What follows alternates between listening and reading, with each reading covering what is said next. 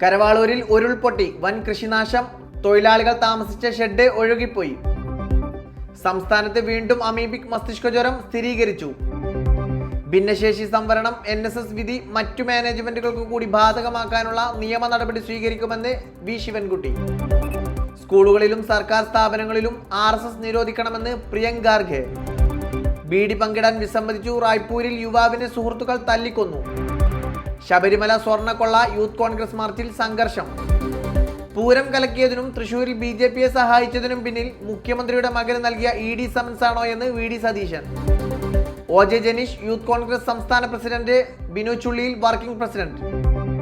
മുല്ലപ്പെരിയാർ അണക്കെട്ടിന് ബോംബ് ഭീഷണി, bomb squad പരിശോധന നടത്തുന്നു. സംസ്ഥാനത്ത് കനത്ത മഴ തുടർന്നേക്കും. ചൊവ്വാഴ്ച 5 ജില്ലകളിൽ യെല്ലോ അലേർട്ട്.